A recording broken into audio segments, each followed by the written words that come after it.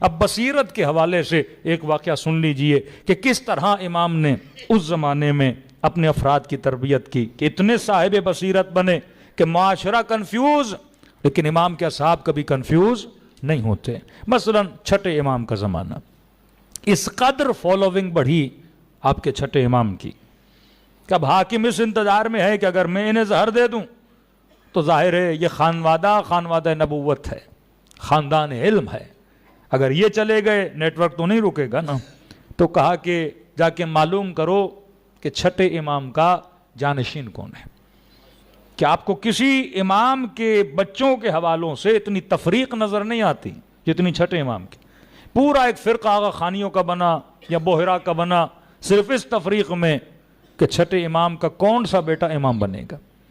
کئی سمجھتے تھے کہ جناب اسماعیل امام ہے، امام موسیٰ کاظم کے بعد بھی یہی مسئلہ فرقہ واقفیہ بن گیا۔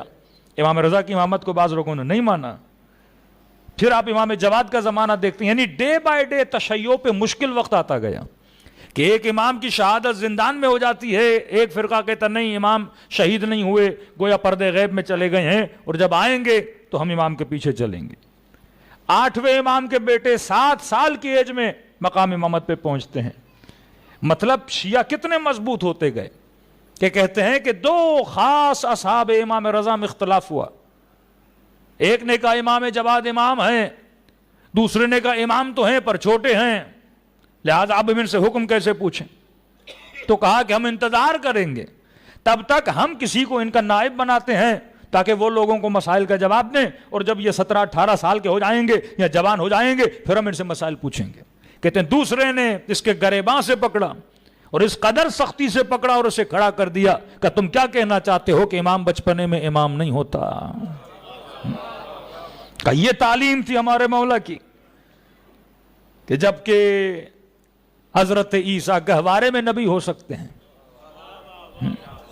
جبکہ جو گواہی دے رہا ہے جناب یوسف کی عصمت کے لیے وہ بچپنے میں گواہی دے رہا ہے۔ کہ اگر اعتراض یہ ہے کہ ہم بچہ ہے اور معاشرے کو کیسے سنبھالے گا، ہمارے سوالوں کا جواب کیسے دے گا، کہ امام بچپنے میں بھی امام ہوتا ہے، کہ تمہیں جو بھی سوال ہے وہ امام جواد سے پوچھو، جواب نہ ملے تو پھر اعتراض کرو۔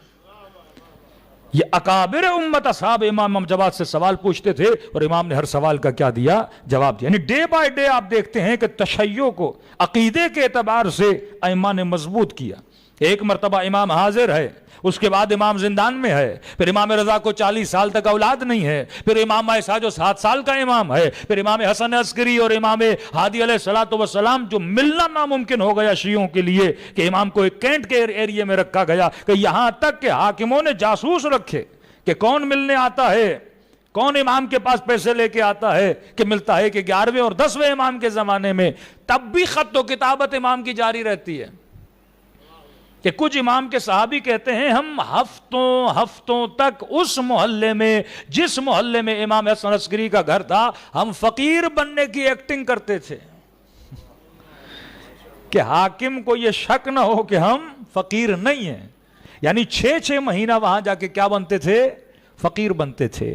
جب پورے محلے کے پولیس والوں نے سب نے دیکھ لیا کہ جناب یہ پرانا فقیر ہے، پھر امام کے دروازے پہ خیرات کے بہانے سے جاتے تھے، ایک سوال کر کے اور ایک حدیث لے کے واپس جاتے تھے۔ محلے میں تیل بیچنے والے، اب ظاہر ہے گھر میں تیل بھی تو چاہیے، دہن تو چاہیے، تو یہ کیا کرتے تھے؟ 2 دیگیں تیل کی لے جاتے تھے، اور جب مولا کے گھر میں یہ دیگیں جاتی تھیں، جب خالی ہو جاتی تھیں تو امام اس میں اپنے فرامین رکھتے تھے، یہ خالی دیگوں کو لے جا کے پھر فرامین تک شیعوں تک پہنچاتے تھے۔ یہ فقیروں کی ٹریننگ کرنا، یہ تیل والوں کی ٹریننگ کرنا، یہ افراد کو افراد کے ساتھ جوڑنا، بڑی محنت اور زحمت کے ساتھ امام نے کیا کیا؟ اس نیٹ ورک کو بچایا۔ اس قدر شیعوں کے اندر اطاعت ڈالی کہ پھر شیعہ 7 سال کے امام کو بھی امام مانتے ہیں۔ اگر 7 سال والے کو امام نہیں مانیں گے پھر امام زمانہ 5 سال والے کو کیسے امام مانیں گے؟ یہ ڈے بائی ڈے ٹریننگ ہو رہی ہے۔ کبھی پردے کے پیچھے رہ کر باتیں کرتے تھے کہ اتنا لمبا عرصہ امام زندان میں ہے لیکن کنیکشن نہیں ٹوٹتا، نیٹ ورک نہیں ٹوٹتا، وہ نیٹ ورک اپنی جگہ پہ رہتا ہے۔ ہاں جو بصیرت سے کم تھے وہ امام کو چھوڑ کے چلے گئے کسی نے امام جواد کی امامت پہ شک کیا، کسی نے امام رضا کی امامت پہ شک کیا، کسی نے امام موسیٰ کاظم کی امامت پہ شک کیا، کوئی جناب اسماعیل کے پیچھے لگے، کوئی فتحیہ بنے، کوئی واقفیہ بنے، یہ بیچ میں آپ ٹوٹتے ہوئے لوگوں کو دیکھتے ہیں۔ لیکن آپ شکر خدا کریں کہ 12 امام والے ہو، بیچ راستے میں آپ لوگ ٹوٹے نہیں ہو۔ ہاں دیکھو جو انٹر کر لے تو وہ کمپلیٹ ڈگری تک آ جاتا ہے نا، کوئی 6ٹھی پاس ہے، کوئی 5ویں پاس ہے، لیکن آپ کو 12 پاس والا معصومین نے بنایا ہے۔ تو آپ ارتقا یافتہ اپڈیٹڈ اس نیٹ ورک کا ورژن ہو جو معصومین علیہ الصلوۃ والسلام نے بنایا۔ صلوات پڑھے محمد و آل محمد پہ۔